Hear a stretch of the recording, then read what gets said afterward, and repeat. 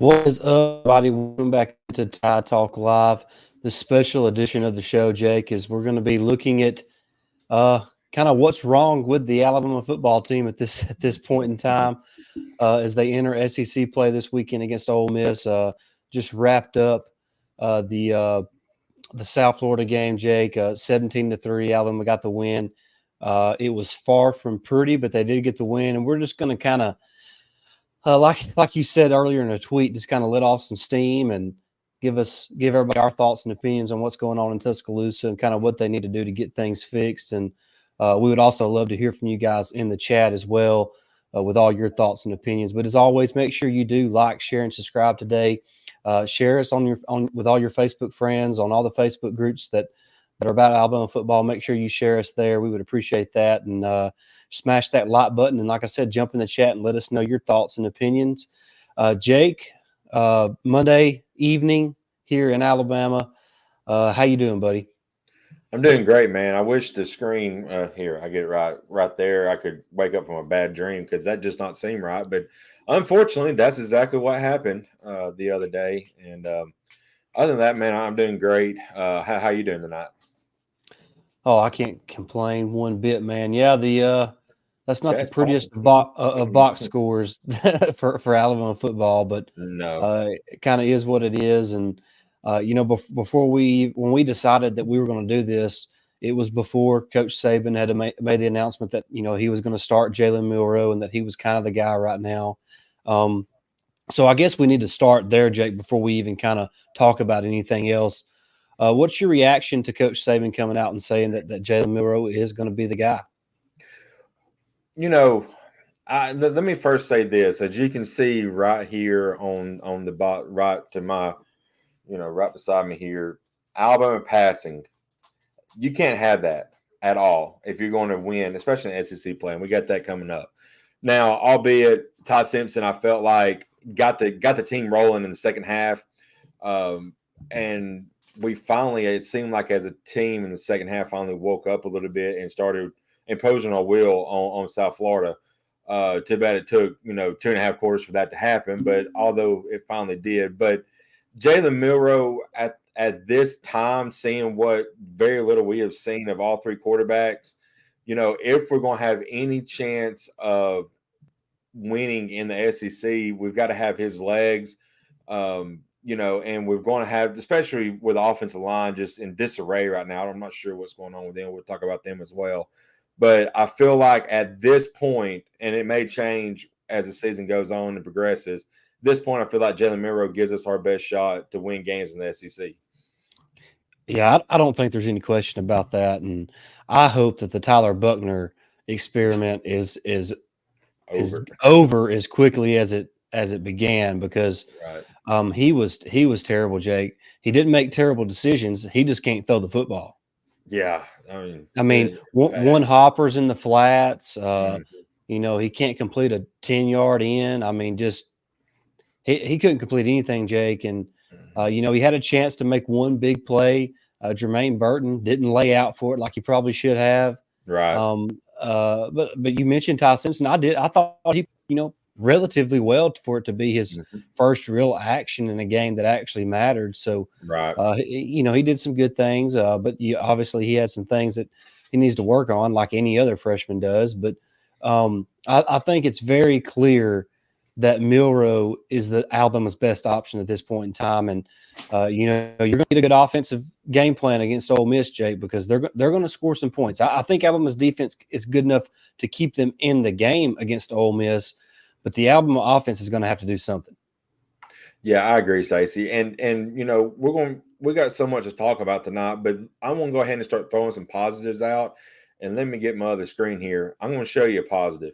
This right here, Roydale Williams, 17 carries, 129 yards. You talking about a guy, we got five running backs in this stable we've talked about all season. And I felt like Roydale was gonna be the guy who was going to kind of get left out to dry because I felt like the guys ahead of him was, a lot better. He's great in his own self, but where do you put him when you got four of the guys you're trying to get on the field? I feel like Roydale is going to be RB1 starting this week. If you know, and Jace did great as well, but Jace missed a critical block in the third quarter, and after that, Saban benched him because, like I told people, at Alabama, Saban wants your running backs and your wide receivers when they're called upon to block downfield and block guys on a blitz. And he just didn't do it. And I hate that for Jace because he obviously had a really good game going as well. But Roydell Williams seemed like the third and fourth quarter, we just handed him the ball every single play, and he just ran it down their throats. So that is a positive I can truly say out of the offense that I'm happy about is Roydell is finding his groove early in the season. Yeah, no doubt about it. He was especially in that second half. He was on fire, Jake, and he really helped seal the game for Alabama in the fourth quarter with that last series for Alabama. And credit, despite how poorly the offensive line played, the first part of this season, the last 6 minutes of that game is a good stepping stone onto what they can do for the remainder of the season. And there's a lot of things that's got to be corrected, Jake. Jalen Milroe being named the quarterback is not the end all. The players holding a players-only meeting is not the cure-all either. There's a lot of stuff that has to be fixed, Jake, and we're going to talk all about that. But like we said, the chat is open, so we want to make sure we do hear from you guys as well. And so we'll get there real quick. Bill Arney says Tyler Buckner looked way out of sorts. I felt sorry for that kid during the headlights. Yes, he did. That's exactly how he looked. O-line tried to get Ty Simpson hurt. That is what it looked like. Yeah. Only 2 running backs on teams ranked higher than us had more rushing than yards Roydell. 74 yards on that last TD drive was Roydell. That's incredible. He pounded the rock, and and I talked about it off air, Stacy, but I felt like that second half. I may have said it when we first my intro, but I felt like the offensive line, like you said, started clicking and started imposing their will, which it sucked that it took 2.5 quarters for it to get going, but they finally did. Finally wore them down, and there was some of those big runs there that we have linemen upfield, blocking the second, third level. So that's awesome to see. Yeah, no doubt about it. I think the offensive line, and we've talked about this. They usually figure it out before the season's over with, historically under Saban. So I don't want to get too, but the offensive line has not been good to start the year at all. Yeah, players only meeting only works if everyone holds each other accountable and air out all their grievances. Well, yeah, and that's the key. I don't want to put too much stock into that players only meeting because we wasn't there, we wasn't behind closed doors. Right. They've got to. They have got to get their heads on straight and play more consistently, Jake. They're just too up and down. Yeah, I agree. Oh, you got something? Yeah, I was just going to say, can we talk about Proctor? Yeah, and I mean, I've made my thoughts on Proctor clear. He's a freshman. If you thought that he was going to come in and be all SEC, all American, then I mean, I don't know what to tell you. There's no freshman that comes in and is that good at left tackle. And look, he's a freshman. You have to deal with your lumps. But the coaching staff has not done one single thing to help Proctor. No. How many times have we chipped the guy he's going against with the tight end? How many times have we brought the running back over to help him on that side? I don't remember any of that. If we've done it, somebody please remind me. We've got to get Proctor some help. We know he's a freshman. We know he's going to go through growing pains. So if you're going to play him, you got to help the dude out. That's not on Proctor. I'm sure he's doing all he can do right now. The game is so much faster and so much more physical than what he's used to playing in high school that he's going to have some growing pains. We have to deal with that as fans. The coaching staff has to make adjustments to make sure that's not as tough on him as it's been for the first few weeks. Yeah, one thing I'll say about Proctor, I went back when I got home this afternoon from work and rewatched the game. He's getting bashed for all the stats, but I will say his feet work's getting a lot better. I feel like I time stamped it here. There's about 10:30 left to go in the third. On that sack that Jace, when he just allowed the guy just to run all over him and get Ty Simpson sacked, there was a stunt that Proctor picked up perfectly that I'm sure people missed because they was watching, Jace get blown up. But I was keen in. I was looking at several things today, just trying to watch Proctor one, and then I had some other guys I was, we'll talk about in a few that I was keeping my eye on, and he picked up a stunt, and it was just perfectly played by Proctor. So you can see what he can do. But again, like you mentioned, Stacy, we have not put a tight end on that side hardly at all to help him. And whenever we do, I think CJ Dupree also gave up a sack that Proctor was over here blocking somebody else, and Dupree looked around and was like, I thought that was your guy. I'm like, no, that was yours because he come off the end. You was out there. So, I don't really want to blame it all on Proctor right now. He does have room for improvement, but he's going to get there. He's a freshman. He's got to get up to the game speed, especially in the SEC level. Yeah, no doubt about it. I mean, you can only expect so much from a freshman, especially playing left tackle. I mean, Right. that's so tough. But I think the coach needs to do something to kind of adjust to give him a little bit of help, and he'll be just fine. Once Tyler Booker comes back, he'll be even better because that's a guy who's played a ton of football. You got to think there was a guy making his third career start and a guy making his first career start on the left side of that offensive line last week. Right. Between Terrence Ferguson and Caden Proctor. So you got to make sure you have all the facts when you're talking about that stuff because that's important, Jake. I mean, the fact that he wasn't playing beside Tyler Booker did not help him at all either. Right. I will say I feel like T. Ferg had a really good game. Yeah, I think for his first career start, I mean, it's South Florida, but still. Yeah, it's South Florida, but I mean, and I thought, like we said, throughout the game, as the game progressed, the offensive line got a little better. I think, how do you say that? Is that Chilbo? How do you say Chilbo, that? yeah. Saying the communication is off. I agree with that. I think that was a big part of the problem Saturday, especially early on. I think you could feel the effect of Tyler Booker not being in the lineup, mainly because from the communication standpoint, especially in terms of that left side. So I feel like I'm not near as worried about the offensive line as I would say most fans are, simply because history under Saban tells me that most of the time they're really rough the first part of the season. Usually around that Arkansas game is when they start picking things up and playing a lot better. I'm confident the offensive line is going to figure it out. There's too much talent there. They're too big. They're too powerful to not be better than what they played the last couple of weeks. So once they get some more experience over there on the left side, once they have some game experience there with Caden Proctor, more continuity with him and Tyler Booker and Seth and J.C. Latham, Darian Dalcourt. And by the way, I think Dalcourt's been playing pretty decent this year. I think he's more than held his own. So it's I'm more confident about the offensive line than I would say most fans are. Yeah, I agree, Stacey. And when I said earlier about imposing our will, I remember the first touchdown we finally scored in the third quarter. J.C. Latham just blew his guy. I mean, he's still pushing him into South Florida. He's probably in Miami by now. I mean, he just blew his dude off the line. So I feel like that kind of gave the team a little bit of spark. And I think they realized, okay, we struggled here, but we're still a great football team. We just haven't shown it yet, but it starts today. And I felt like the rest of the game, they started imposing their will on that front, and we haven't even talked about the defensive line yet. I really thought they played well too.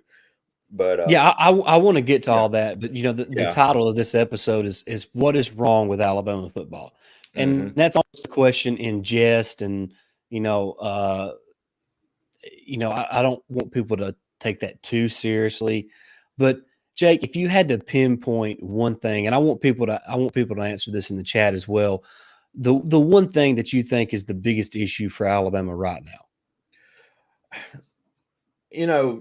with a brand new coordinator, brand new quarterback, and the system's probably still the same, but we was trying to figure out our quarterback all season. We put one out there in Jalen Milroe. He had some moments. It wasn't some great moments, some not great moments at all. But I feel like if he is the guy moving forward, we've got to get our game planning built around him and how he works. And he's not a pocket passer. I feel like that's what we've been trying to establish with him. He can use his legs, run out of the pocket, move the pocket a little bit, get him more comfortable in the setting and he's at. Maybe do some wide receiver screens or quick passes out just to get his confidence up. If it is the case moving forward that he is the quarterback, I feel like the game planning wasn't necessarily up to par with what he can do. I don't know what happened last week. It don't seem like we had any kind of game plan besides just run the ball with Roy Williams, especially in the second half.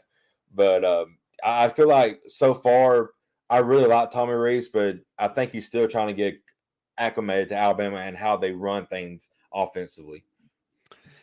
Yeah, I would say right now that the biggest issue to me is the fact that I don't think the coaching staff is doing everything they can do to put the players in the best situation to be successful. We talked about the issue on the left side of the offensive line. Why have we not helped out Caden Proctor yet? Right. It's been 3 weeks and we haven't sent the young player any help yet. Like you said, we have a dual threat quarterback, a guy whose feet are his best asset at this time. Why have we not implemented more quarterback design runs, more quarterback draws, more QB powers, anything to help Milroe become more comfortable in the game? I don't understand that. There's been a handful there and a handful here, but it hasn't been a consistent part of the game plan. So that's my biggest, I guess, frustration with the team is the fact that I just don't feel like the coaches are doing everything they can to help the players be successful. But I've said it time and time and again. Look, these coaches know what they're doing, Jake, and the players have to execute. Execution has not been there. Discipline has not been there. Situational awareness has not been there. Kool-Aid McKinstry is a veteran player who's always played with great discipline, and he made a boneheaded play Saturday that led to 3 points for South Florida. I mean, it's plays like that you just can simply not have. That cost you a touchdown against Ole Miss, not a field goal. Right. You know what I mean? So those are the plays you can't have happen. Terrion Arnold takes one to the house for 100 yards, and Jeremiah Alexander's blocking a guy. The guy is pushing Jeremiah Alexander out of the way, so he's actually taking himself out of the play. He didn't need Alexander to hold him. No. I mean, so let him go. It's just a good Bill Arney says continuity between coaches and players. Yes. And look, we talk about how this is Alabama's system, regardless of who the coordinators are. But look, it is new coordinators, and there's a lot of new players. So there's going to be some chemistry and continuity issues that you gotta go through, and you just gotta build those things, and you can't really do that too well in practice. It takes games, and sometimes when you're playing a lot of young players, it takes multiple games. So I think we need to be patient. I do like the fact that Coach Saban come out today and there was no questions asked. He come out and said, Milroe's our quarterback. He's played better than the other guys that played, and he's shown the leadership that we were looking for. And that's the end of it. That was the end of the discussion, point blank period. Now you have somebody that the team can rally around, you can build some chemistry with, and you can say, hey, this is our guy. This is who we're going with. Let's build our game plan around what he can do well. Let's help out our left tackle. Let's start running the football in a more physical way behind that big offensive line, and let Jalen grow into being a passer or a more consistent passer, because that will come, Jake. That will come.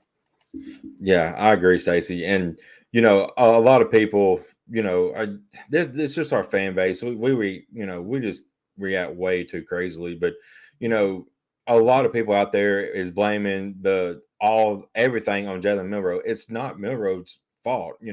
That Texas game, I mean, he's not the one out there covering, guys wide open in the seam, and just allowing Quinn Ewers to sit back there for 10 seconds to look at every guy that he's got, and he's like, oh, okay, if I got this plenty of time to throw the ball, my gosh, I'm gonna take a nap back here. And that's what he could do, so it's a team game. It's there's no I in team, and you can't pinpoint all the struggles on one person. It's a team It's team continuity, like was mentioned in the chat. It's got to get better. And one thing I want to see that gets better, and I'm sure all of us as Bama fans heard this Saturday, which I've never in my life as an Alabama fan, especially since Nick Saban's been down there. They said that it was quiet on the sideline. I'm like, where are the people getting in people's faces and making people accountable for their actions and where they're playing? I'm like, somebody has to step up as a leader. Stacey, we've talked about the unspoken here, leaders.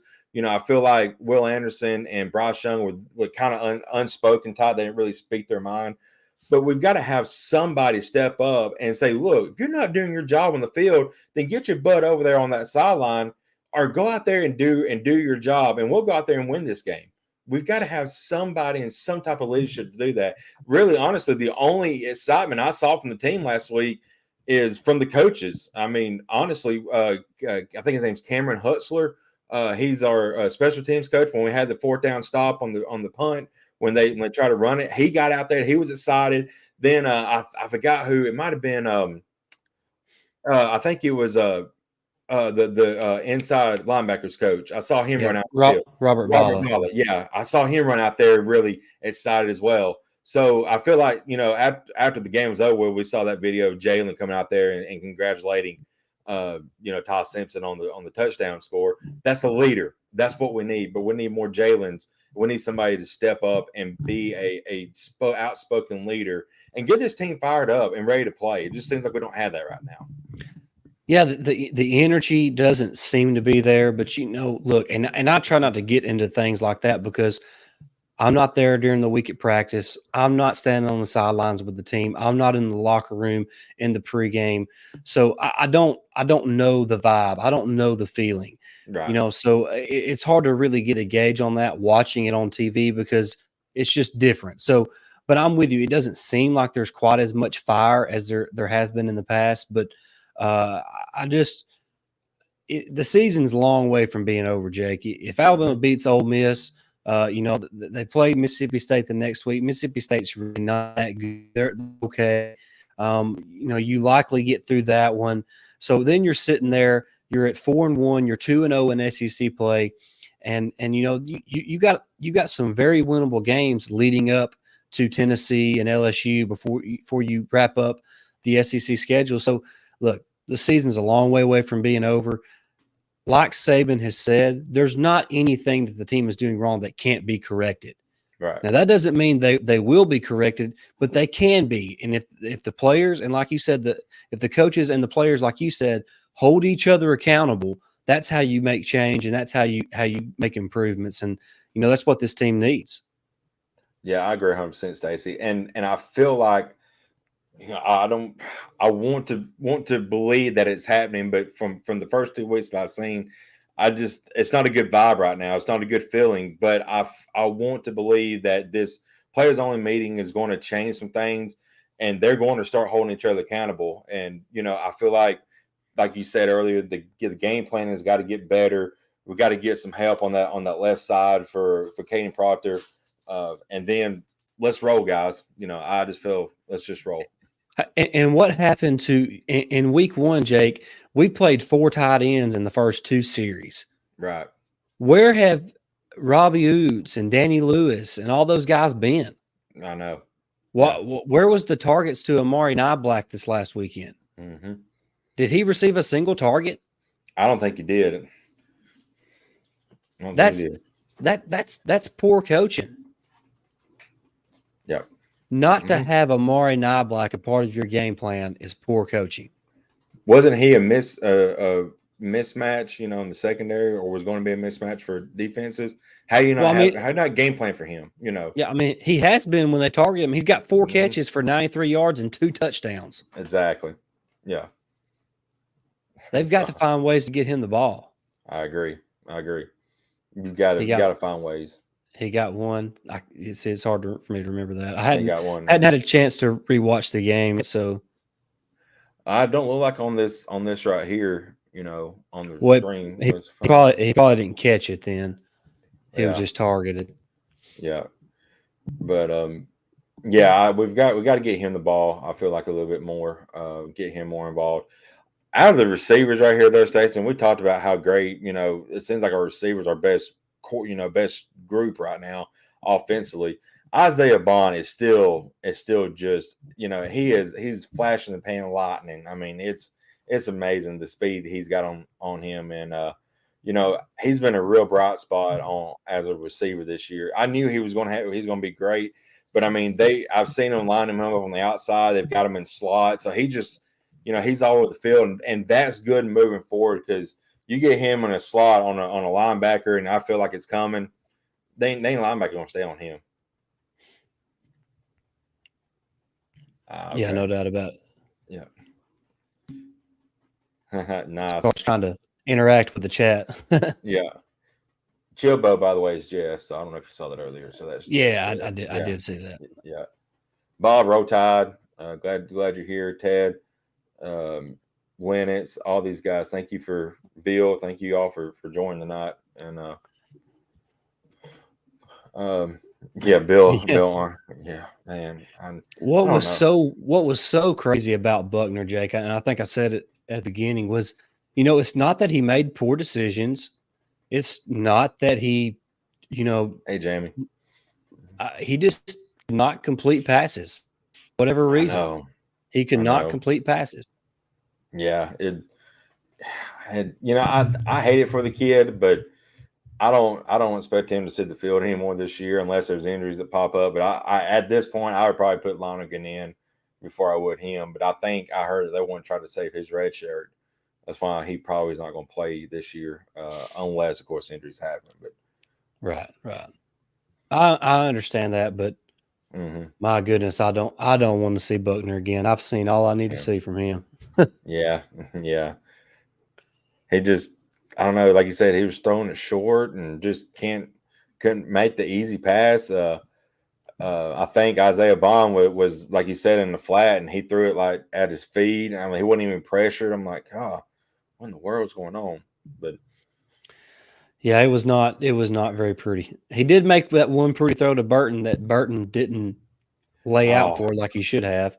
yeah, yeah, that was a good throw. And on that play, by the way, when I was watching, we actually had Black open in the flat. He did like a 5 yard out, and the corner that was on that was on him is actually a safety. He kind of moved to the middle of the field because everybody seemed like they was moving that away. So the corner followed the receiver, and Black hit an out. He was wide open. I was like, that gummit. So Make sure I didn't miss anything in the chat. Let's see here. Jake, so we've kind of vented our frustrations with the Alabama offense, and I think that's where most of the frustrations are coming from Alabama fans is offensively. Um, I'm sure we'll come back later this week to give an Ole Miss preview or whatnot, but just real quick before we wrap up, Jake, what's your feeling on this Ole Miss game? I mean, how do you feel right now? I mean, coming in to this morning, I was like, ugh, I did not feel real well about it. Lane has been trolling, Tide fans and the all week already, and it's just Monday. I'm like, this is going to be a long week. But then, Saban being the goat as he is, he come out and he made a couple of statements himself. He pretty much told us that Jalen Milroe is going to be the quarterback moving forward, and you talked about how that could bring continuity to the team now. And he also kind of hit back at Lane for saying that Travaris Robinson's our defense coordinator. He's the one that's calling plays, and Saban was like, no, Kevin Steele's our defense coordinator, and he's the one calling plays. I'm like, okay, so I feel like, and then the players only meeting come out, and I just feel like, okay, the vibe kind of changed a little bit. Now they get on the field. This is a game that Alabama puts it all together, and they can win by 30, or they don't. They just keep playing like they do, and they lose by like 10, like they did against Texas. So Alabama can win this game and win big, I feel like, or they just come out and just play flat like they have been the last 3 weeks, and they lose by 10 to 14 points. It's just that kind of feeling right now. Yeah, I don't even know how to feel about the game right now because there's been so many emotions over the last 48 hours after that performance, Jake. And but like I said on the onset, Jake, the fact that Coach Saban come out and made it abundantly clear that Jalen was a quarterback, at least you have a direction now. Mm-hmm. At least there's no questions. At least there's no wondering. Right. And that goes not just for us, but it goes for the players as well. Now they know there's no if ands or what ifs, or it's hey, Jalen's our quarterback this week. We know that from the onset. We know that on Monday when we get to practice. So let's get prepared to play Ole Miss and win this football game. Take some frustration out on Pete Golden. That'd be a lot of fun because I sure as heck, after all the crap we've talked about Pete Golden, do not want him to come into Bryant-Denny Stadium and shut down the Alabama offense. Yeah, I don't see that happening, honestly.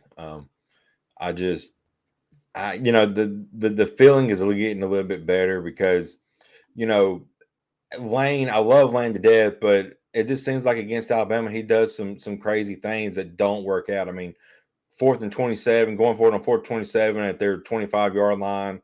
I feel like the maturity, he's gotten better, but just simple things like that. I feel like he does so much to try to beat Alabama and beat Nick Saban that he just overthinks things and it costs him in the end. So if he's doing that, if we see them going for like on 4th and 12, then I'm like, okay, yeah, we're okay. Yeah. Yeah, I'm going to leave my thoughts on the game for our preview show because Jake and Stacy, some inside info. There's been mutiny in the locker room. Yeah, you've been hearing about that. I don't know how. I've heard some stuff. I don't. There's so much stuff you hear on, especially on social media, that you don't know what to take for truth and what to take for anecdote or a little bit of exaggeration. So I've heard some stuff, but don't know a ton of detail and don't know a ton of facts. So I don't like to comment on stuff like that without having all my ducks in a row. Yeah, I don't want to comment on just rumors because a rumor can start and it flies and then it's all over social media and in the national news and there you go. You're in the spotlight, but you're in the wrong spotlight. Well, the only thing that keeps me from thinking about there not being a mutiny in the locker room is that Coach Saban keeps saying that he likes this team. Right. And he likes these players. So that gives me some pause when I hear stuff like that. Not that I'm not doubting what you're saying, the Bama Standard. I'm just that's just my opinion. I know a lot of people chuckled Saturday after the game and after some of his quotes come out. He's saying that he thought the team played well. I was one of the ones. I was like, did I watch the same game as he did? Because I mean, he was on the sideline, but I'm like, if Coach Saban still believes in this team, then I have no reason not to believe in this team. Yeah, yeah, man. Well, and see, but he didn't say the team played well. He said he was proud of the effort the team played with. Yes, that's totally different. Mm-hmm. He was bragging the fact that they kept competing despite all the obstacles that presented itself in the game. Right. Seems to have been corrected. Okay. I'm assuming that's where the player meeting come from, and I'm assuming it has a lot to do with Milroe being benched. I mean, I'm just kind of putting 2 and 2 together. Yeah, I don't. It's KB. Roll Tide. Roll Tide, KB. Thanks for joining us. Yeah. You're late, but thanks for joining us. Yeah. 6:30 now. It's 7:06. You're just not getting on. Jamie up here said, need to be patient with Proctor, Cam Robinson situation there. Cam kind of struggled on in his career at Alabama. He got it together and, he become a great left tackle for us. So I'm going to play it like that. I feel like it's just going to take some time to get the speed in the game up, adjusted to him, Get him some help though. He still needs some Yeah, help over there. I imagine we'll see a little more Robbie Oots moving forward Yeah. because he's a really, really good blocker and he's a really physical player. So Mhm. I imagine we'll see him on that left side, from time to time to kind of help Proctor out as much as possible because, uh, you know, and I want to make one more point. Where the heck is Ja'Cory Brooks? Oh, I mean, where has he been this year? He hasn't caught a pass all year. I know. I've seen him on the field a couple times, but Yeah. Hey, I I, don't I, know. lo- I like this comment from Jamie. It says our defense has been pretty good except for 1.5 quarters. Exactly. The defense has been Yes. just fine for the majority of the season. There was just like you said, about a quarter and a half where they struggled, and but for the most part they've been fine. That's why I think they'll keep Alabama in the game on Saturday. It's just going to depend on what kind of game plan Tommy Reese can roll out on Saturday and how well the offense can execute that game plan. Yeah, the thing about the defense, they was on the field so much against Texas, and you say what you want. I know they gave up 34 points, but they was on the field a lot, and you could tell later in that fourth quarter they started getting a little wobbly leg, and but you have a fresh defense. It was not out there as much. You get some consistency out of your offense. That game could have been a totally different game, And I Oh kind of feel yeah, like the Ole Miss game was going to kind of be like that. Both teams are going to score. I feel like it's just who's going to get the first stop, and I'm really high on our defense. I have been this off season. Again, that game Saturday, we had two interceptions, and well, I think one of them got called back. yeah. One of because Of of it, course, a penalty. right? But what did our corners do? And Malachi, they were looking for the ball, and I was like, thank God, this is happening. So. Hey, by the way, in our biscuits for Bama this last Saturday morning, we challenged Dallas Turner, and he answered Oh the bell. yeah. Jake, he played one of the best games of his career on Saturday, and Hmm. you got to give credit if you're going to talk bad about the players when they don't perform well. You got to talk Yes. good about them when they do perform well. And Hmm. Dallas Turner played a heck of a game on Saturday, and Yep. I think a little bit of a sickness bug took over the team last week. That's why Kendrick Law didn't make the trip. There was other guys that were a little sick and puny throughout the week last week. So Hmm. that might have led to a little bit of the team laying a little bit of egg to start that game. So Right. there's a lot of variables. That's not an excuse. It's just I think it's just important information that I'm relaying, Hmm. not trying to make an excuse for the guys. But Yeah. um, yeah, the Bama Center said Ole Miss is trending upwards, and Hmm. out of all the teams in the SEC, they seem to be the most complete team. Plus I think thighs. I think he meant things are weird this year. Things are I weird. didn't. Yeah, he said Yeah. five. I was like, wait just a second. But let me Yes. capitalize. Yeah. Malachi Moore and Deontay Lawson are absolute dudes. Yes. And They, and they, talk. they're as good as anybody in the SEC at their positions. I agree 100%. And another guy that we had challenged to start this season this year is Tim Smith, and I knew you. he had I a knew you were gonna say that. fantastic game. I mean, he was in the backfield a lot, and actually, honestly, we hadn't really seen much of James Smith, but go back and watch that game. Both Smiths in that game dominated the Yeah, front line for us. yeah, I love to and see it. I'm glad they need to Hmm. they need that defensive line needs to play better, and Yeah. they can play, Jake. And I know it was just South Florida, but they played a really good game on Saturday, Hmm. and I feel like they can get better and better and just continue to improve. And Right. uh, that's going to be real critical for how good the defense can be. The defense is really good right now, but that defensive line can develop being better than what they are right now. Then the Hmm. defense can be elite this season. Yeah, I didn't see our guys getting again. It's South Florida, and they have Yeah. 260-pound guys, on the offensive line versus our 300 on the defense line. But our guys wasn't getting blown off the ball. So hopefully that starts that improvement on the defensive line is, like we said, Stacey, we don't need our defensive linemen to have 30 sacks a year. We just need them to do their jobs and take their blocks up and allow those edge rushers, allow Deontay Lawson inside and get a free shot at a quarterback. That's all we need. No So doubt about it. No doubt mhm. about it. All right. Hey, I don't want to go too deep into this, Jake, because save it for our preview show here a little bit later this week. Yeah. So make sure you are subscribed to the channel so you don't miss that whenever we do drop that video here in a couple days. But we want to thank everybody that joined us in the live show. The live chat was fun, so appreciate that. Really enjoyed that aspect of it. That's why we enjoy the live show so much, is because of the chat. Y'all make that a lot of fun. So thank you for that. But like, share, and subscribe today. We're over 2,300 subscribers, but man, I don't see any reason why we can't reach 3,000 subscribers, by, middle of the season. So make sure you do subscribe to the channel. That helps us out a ton, and hit that like button. And then if you're watching the recorded version of the show on the channel and you wasn't able to join us live, jump in the comment section and let your frustration out there in the comment section. We'd love to interact with you there as well. But that's going to wrap it up. Thank you so much, everybody, for watching. We'll talk to you real soon. But until next time, roll tide. Roll Tide.